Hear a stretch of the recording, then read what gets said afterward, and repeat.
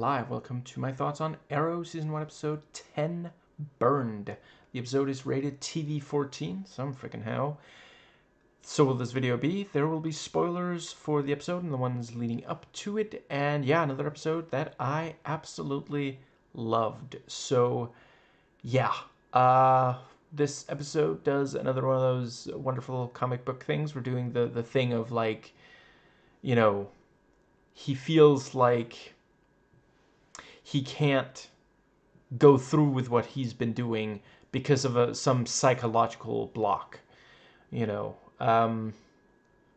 my first, the first thing I think of for this sort of thing is Sam Raimi's Spider-Man 2. So yeah, and they do a really good job of it. I think the show continues to also do a fantastic job of exploring grief.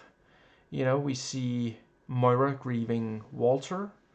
I mean, yes, she knows he is unhurt, but nevertheless, he's gone. She can't be with him right now, and it's been 6 weeks.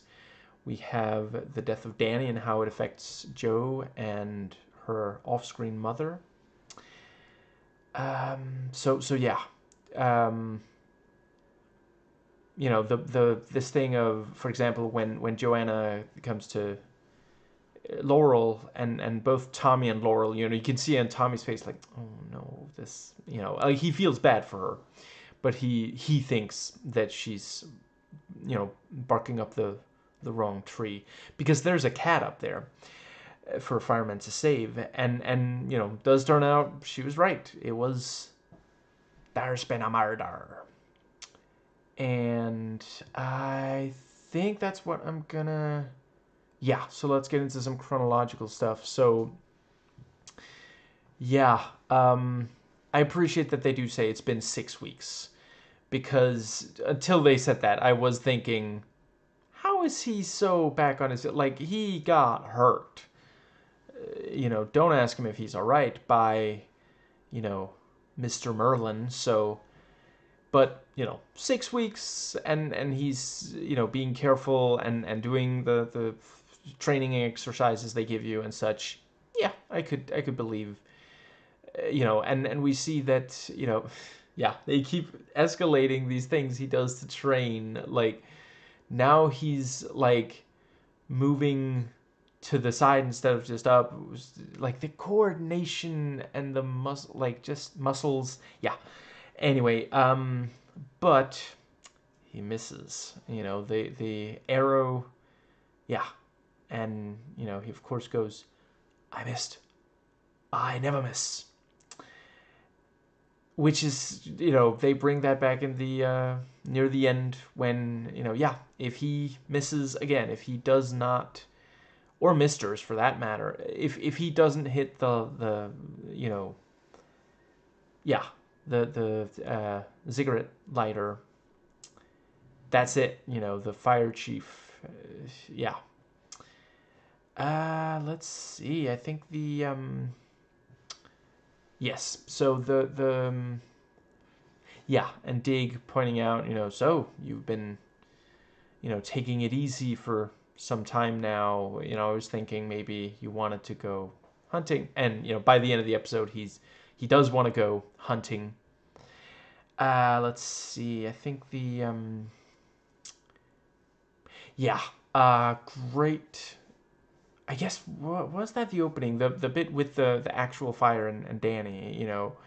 Just like we pretty quickly get a bad vibe off the other firefighter, and yeah, we find out it's turpentine.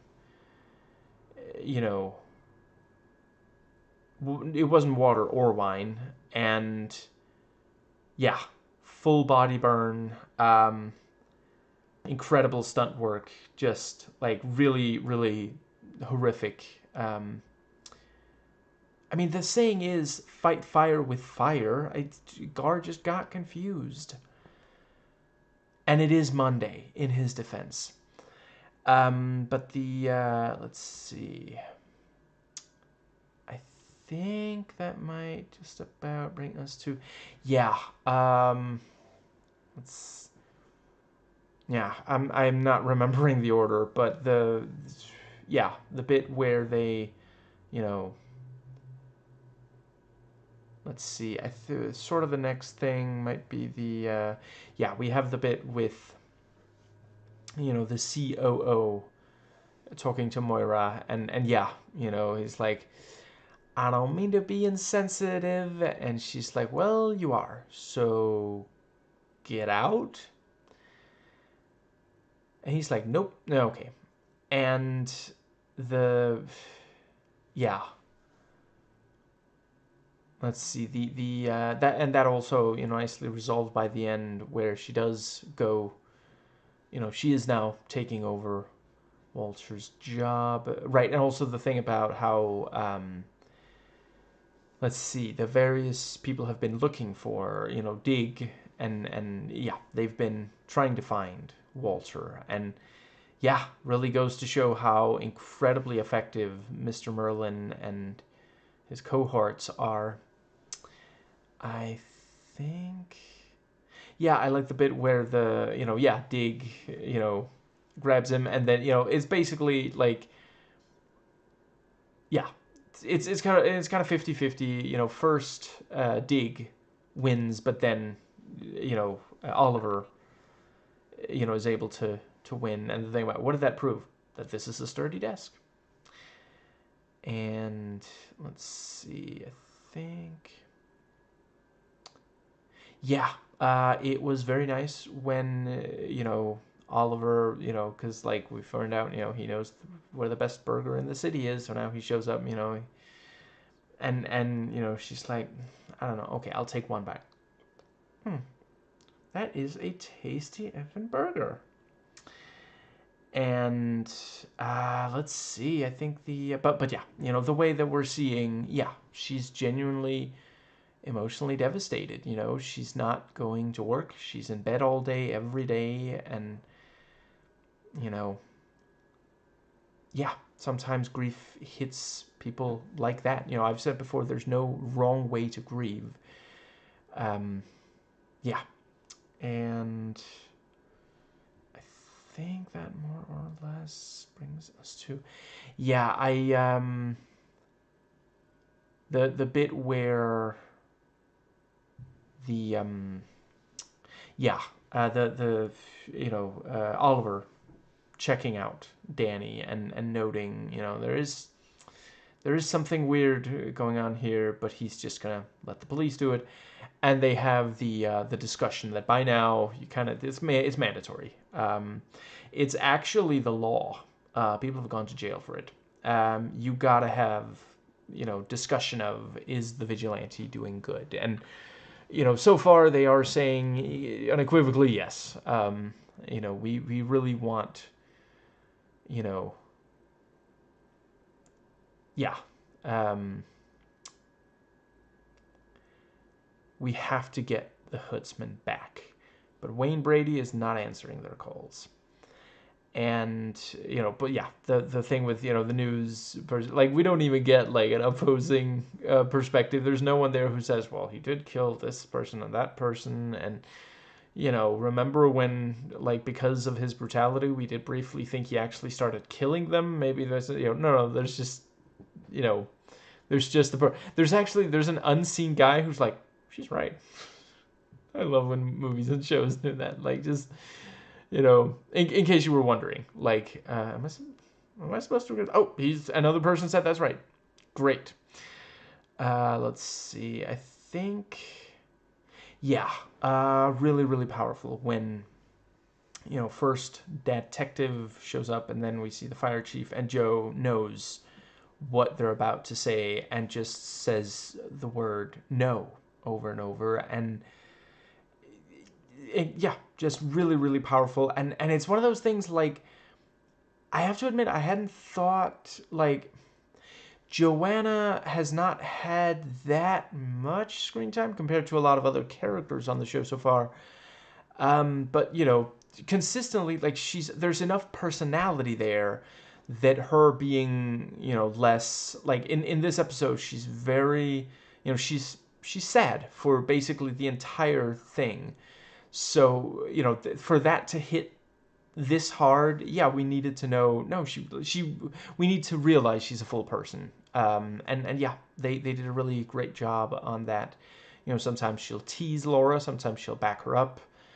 But yeah, they did a really great job. And that's also, she could easily have ended up like just comic relief or exposition dumpess. But yeah, again, they handled it really, really well. I think that might more or less. Let's see. Um, yeah. The so yeah. Laurel goes home, and Tommy is sitting there with a piece of paper, and she's too curious to reasons I deserve a drawer. Tommy, one of them is that it would make you a spaceman. I don't think you're being very realistic right now. But seriously, that is an actual, at some point when, if yeah, your relationship might go to the next level. And, I kind of love that he's the one who's like really trying, because we already know, she's holding back a little bit because of Oliver. But the fact that he, like, again, the Tommy, you know, that we used to be familiar with. He would not have waited this long or been this persistent. He would have found someone else. And I think that does just about. Let's see. I guess that brings us to the so yeah. Laurel, See, this makes me wonder if the people writing this show had watched Alias: The Lost episode, not to be confused with Lost, the TV show, but that sketch, which in some ways hasn't aged very well. Some transphobic jokes in there, but the yeah, among other things. But yeah, because they practically quoted, like in this episode, she's referring to the character of Danny, and she says, "I did some digging on Danny." So yeah, I don't know. Maybe it's a complete coincidence. Just yeah. Um, and the let's see, yeah, the thing about she sees the phone, and well, there's no, we can't use it to find Arrow, and she grabs it, and later the right, and yeah, in an earlier episode, Dad Detective noted to Laurel, "You lied to me. I thought we didn't do that." And now he's the one lying to her, which is it's one of those things, like, I'm not fond of the slippery slope argument. It is often a logical fallacy. But yeah, if one person starts lying to someone that used to trust them, that person might start lying back, and it's a great character moment. It's also a little funny because, like, she obviously doesn't believe him because she immediately grabs it and starts using it, which, like, I mean, I guess it does make sense because, like, what does she have to lose by at least trying? But yeah, she didn't really buy his lie. I think the let's see, but yeah, she calls, and it's great, the look on his face when he's like, Laurel, I mean, the person I have no idea whose name is, and who I certainly didn't used to date and is now dating my best friend. I just didn't expect to hear you because I'm used to talking to your father. I mean, a man who I have no idea if he's at all related to you. But yeah, that is great. This thing, and the thing about he yeah, they agree to meet, and he does the thing of turning off the lights. Just she's not even down to mood lighting. It's just dark in there. Um,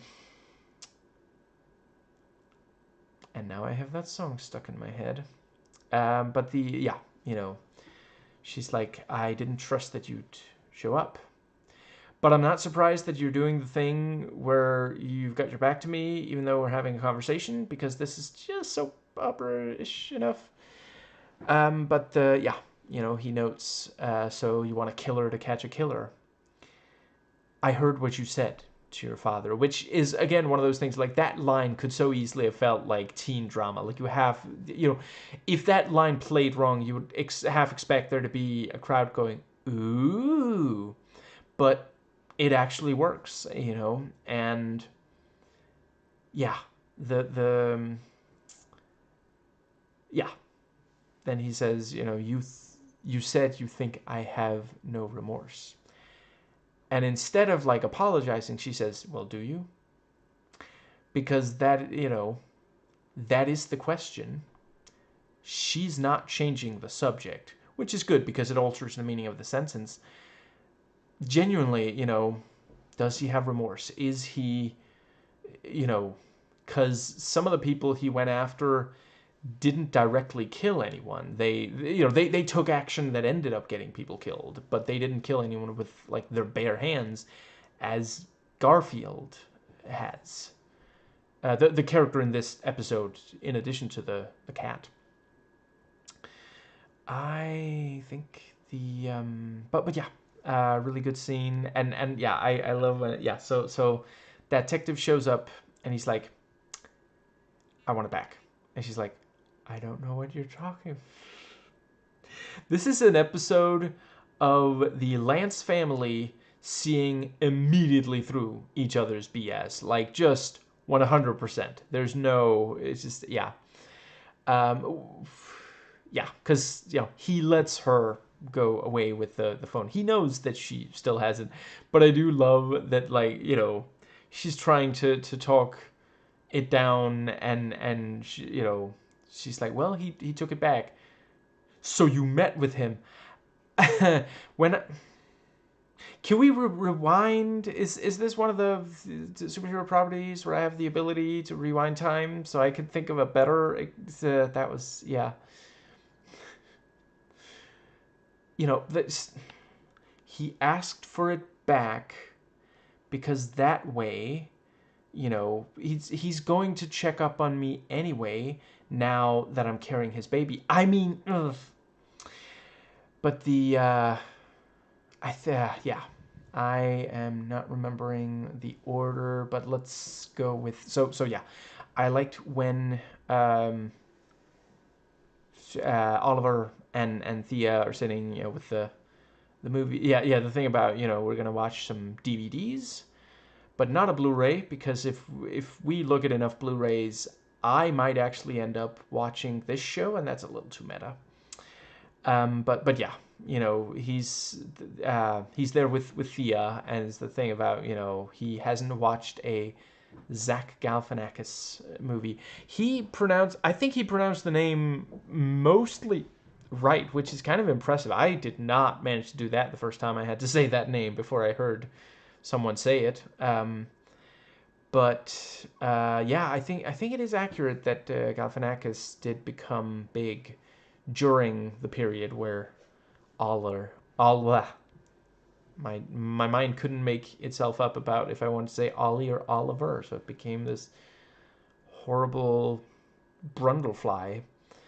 But yeah, um, yeah, her Thea talking about how how bad things have gotten, and this point about we used to watch movies together back when you were gone, and then the thing about then one day Walter came in, how he can be stern and British.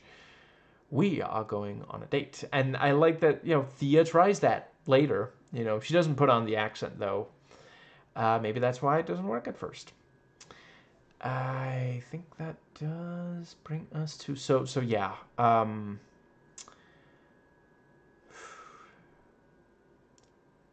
I thought they handled it incredibly well with the second fire, because like, yeah, he can't quite help it, and Dig found the about the car and such, so they know that he's there, and they handle it so well because like during this whole scene, like Garfield has the drop on the other guy and ends up holding, he's like holding on for dear life, and Oliver, he's just a little bit too late and slow, and he doesn't manage to save the firefighter. He doesn't even like he sees the tattoo and the burn mark. That's it. Like he doesn't even wound Garfield. That like that would be something. Like if he could get him in the leg with an arrow or something, maybe he wouldn't be able to be at the next fire. But yeah, really really nicely done on that, because again that's at that point in the episode we need a scene of that, of him failing. And it's one of those things, you have to be careful with scenes where the protagonist fails, because it can feel like a waste of the audience's time, but it's not, because we find out that he really is not ready for prime time right now, right at that point in the episode. And we do find out, we find out a little bit more information. It narrows it down significantly, because what was it, like there's 4 people left who have that tattoo, and there's only one of them that it really makes a ton of sense. Yeah, because there's the thing about the others had alibis. I think that does bring us to, but yeah, so he gives Laurel the information, and she's like, yeah, what am I supposed to do with that? And yeah, he just says, whatever you would have done before you met me. Like he genuinely feels like this is just, he can't. And yeah, that is another thing. The episode does a really good job of exploring how trauma can really, because yeah, it is a psychological block. He is like, after these 6 weeks, he is ready physically, but some part of him just can't quite. And it helps to talk to Laurel the thing about what was it, our fears control us, not the other way around. That was also, it was a little funny how, so Oliver is walking away from the fire department and briefly talks to Laurel, who walks up to the fire chief. Then Oliver walks back and talks to the fire chief. Then Laurel starts walking away. Then Oliver walks over to her again. Yeah, they don't do an awful lot of movement, but it is also, they each time there's new important conversation there. Let's see, and yeah, I love this comic book thing of like they say see you later and walk off, and then both of them get the phone ready, and they have no idea. Well, sorry, she has no idea that it's Oliver that she's calling. Obviously, he knows that it's Laurel. And I think that pretty well gets right. So yeah, somewhere around here, Tommy is like yelling at the contractor, and yeah, we have the thing about he wants to throw a charity ball for the firefighters, and raise money for the families of the ones who died. And Oliver's like, listen, I know we get kind of comic booky on this show, but isn't it a little early in the run for the Bizarro Tommy? But, again, that's solid character growth. Like that, he really is just, yeah, he's changed for the better, which, yeah, I think we are all capable of. It's not necessarily easy, and you won't necessarily be able to do it without help from someone, but it's always okay to get help. Yeah, and I think that does pretty well bring us to, but yeah, I mean, he's trying to work out, prepare the club you know, making difficult decisions, spa or no spa. Because that's the thing, like, you know, old Tommy, yeah, might have said, you know, I didn't have the privilege of going to the island. And, you know, yeah, the new one is, you know, part of the movement to try to get the truth out about Epstein. I think that does bring us to, yeah, I like the line about you got to figure out if you're a vigilante or just a nightclub owner. And the thing about, you know, I thought the point of vigilantism was you do stuff the cops can't. Um, and I especially love the bit with, you know, I thought you'd be raring to go. I even had a you have to slow down speech all prepared. I think that does bring us to, yeah. So Thea going to talk to Moira, and the thing about, you know, she's sitting there looking at the memories.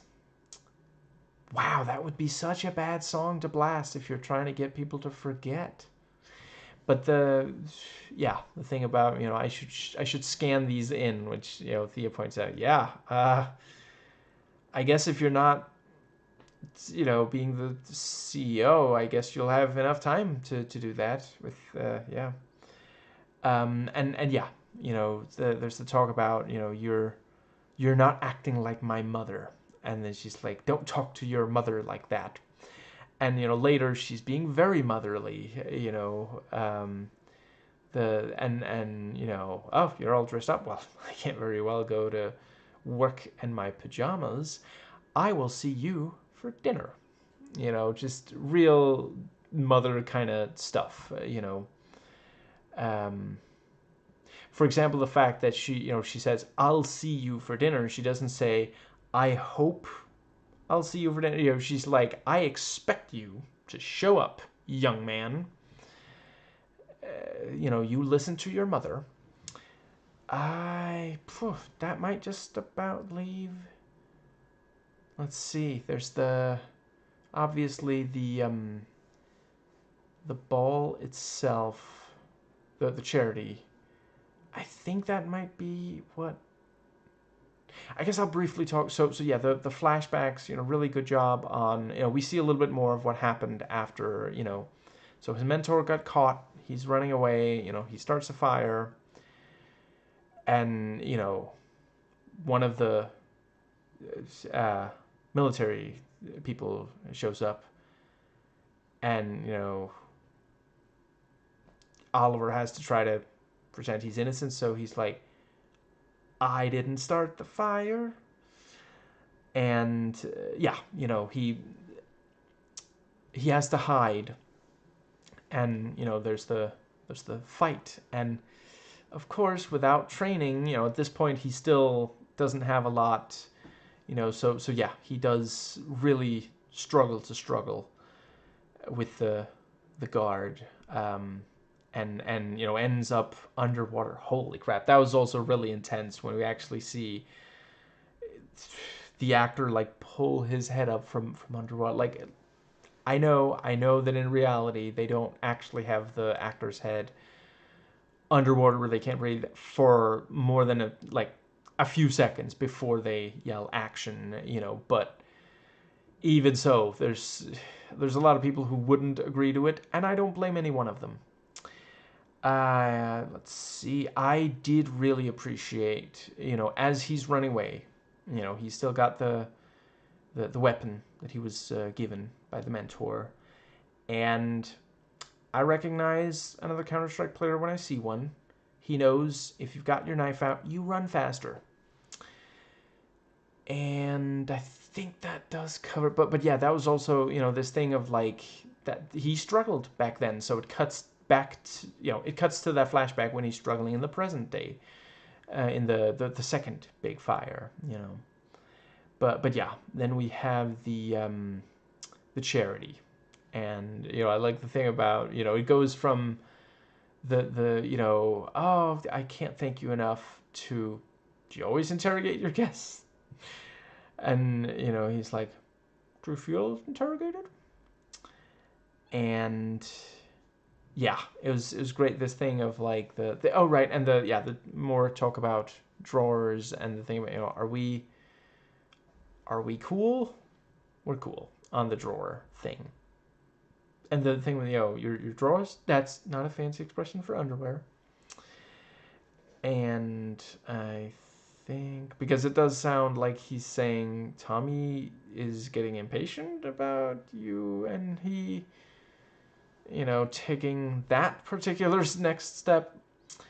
Um, right, I did want to note. Apparently, in the comics,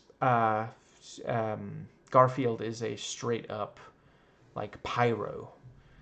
Like yeah, I do. I haven't read those comics, but I can see changing it for this. I thought it really worked here. Um, but yeah, the thing about Oliver is like, can I borrow Laurel for a second? And, gets her over there so that she can overhear the thing about, you know, Garfield. And, you know, yeah, I mean, it is a very, it's a pretty intense origin story. Someone burnt his lasagna and now he's like killing, yeah, it's, I can't say I approve, but for some people, all it takes is one bad day. But no, seriously, it was it's a Hollywood cliche. This thing of like, oh, we can do this. No, pull out. I refuse to pull out. And something bad happens, and then they blame them. But it works. Sometimes cliches are cliches because that particular cliche works. But yeah, by the end of the episode, he's so impatient to find another fire that he starts one of his own. And that really intense moment where he's walking and one of the when there's like, thank you so much for your service, and then sees the scar. And that was also, really loved the shot, this show, and striking imagery, like the bit where one of the firefighters was hanging on for dear life, and he looks up and he just sees his own face reflected in the I forget what those things are called, but the visor kind of thing. um let's see, I think, does that pretty well bring us to the so yeah, Linz shows up, and we have the actual, yeah, he sprays and is about to light him on fire, and Arrow shows up just in time and manages to, and there's the thing about, I'm not afraid to die. No, you're afraid to live. Yeah, vengeance has consumed him. And I I think the way that they handle this, yeah. I want to start by saying, I just want you to know, I don't care about the scars. As far as, it doesn't bother me that they have, a scarred character. That's, yeah, sometimes this kind of thing happens in real life, and I think it's important to depict these things. The fact that when we first see his scarred face, his burnt face, he's got half a Freddy Krueger going on. It's kind of painted as, oh, that's like scary, more than, oh, that's so tragic, which is, ultimately they land there. They get there once he's standing in front of you and saying these things he's saying, and the fact that he ends up taking his own life because it's just he can't anymore. He wanted revenge over, and yeah, he would rather die in this really horrific, extremely painful way than, just, yeah. So yeah, I do think they got there, and obviously the makeup is fantastic. You know, um, yeah, I think that pretty well covers. But yeah, I did also appreciate, Arrow is able to see the difference. He doesn't just like fire an arrow at, he, yeah, he actually understands Lynn's. Right, I did just want to briefly talk about, so yeah, near the end, um, yeah, right, I love the thing about, Joe, you know, she's gonna spend some time with her mom, who's really upset, and that is also like, there's that monologue about, they have a word for if you lose your spouse or if you lose your parents, but there's no word for a parent who's lost one of their children because it's too horrifying to think about, So yeah, and she hands yeah,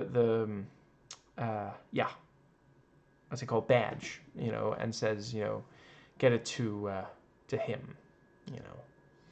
And I just want there to be an outtake where she gives it to Tommy, and then it's like, oh, she meant the other guy, right? The one who goes green. But yeah, um, you know, that detective is like, you take care of yourself. Like he genuinely cares, and that's also Tommy actually cares. Like I feel like the old Tommy would have been like, sweet threesome when Joanna walks in, but no, he's like, are you gonna be okay? Is there anything we can do, sort of thing. So yeah, um, I think that pretty well covers. I feel like there's one more thing. Let's see. Yeah. So that detective, being like, you know, it's. I'm glad you called him again. Because and Laura's like, right. I guess you know, and like for a second she's like, should I try to cover? Nope. Last time I tried to cover, made it worse. Um, yeah. So she gives it to him, and we have this thing of like, it's great because like you do see he does seem like he's doing something with his hands and the phone, and then he hands it back to her, and she doesn't really realize, and yeah, he's using her as bait, and the other guy says, wow, that's cold.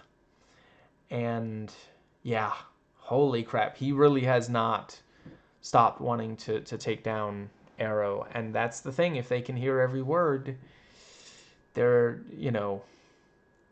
the next time there's a meeting set up in a place, that detective can show up. So yeah, uh they're doing a really good job. Like, it's just, because in a way, this episode, it's one of those things where not an awful lot happens of like overall plot, and several of the conflicts that are set up here are resolved by the end of the episode rather than leading to more.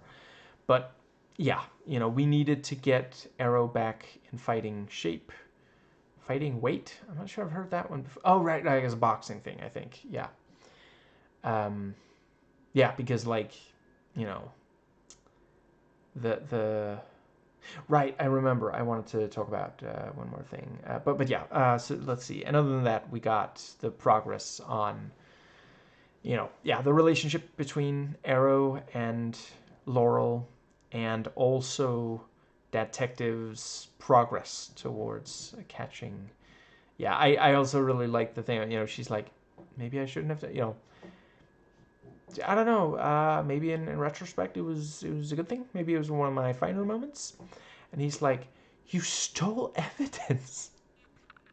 Just like, you realize, like, this is serious as it gets. Like, you can't do that. Um, but yeah, then we have the let's see. There's definitely one other thing. So I don't know what.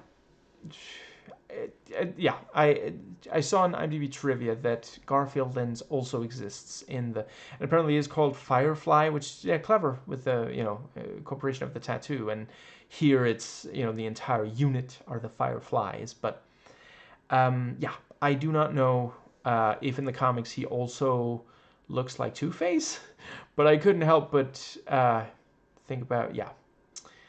Um, but yeah, he was a John Doe for a while, lying there healing, and then he he saw his face, and it really messed him up, and like we even have the moment with the you know the guy holding on for dear life, and he's like, I know you. You can't let me go. You wouldn't be able to live with yourself. And Garfield lets him go and says, I'm learning to live with a lot of things.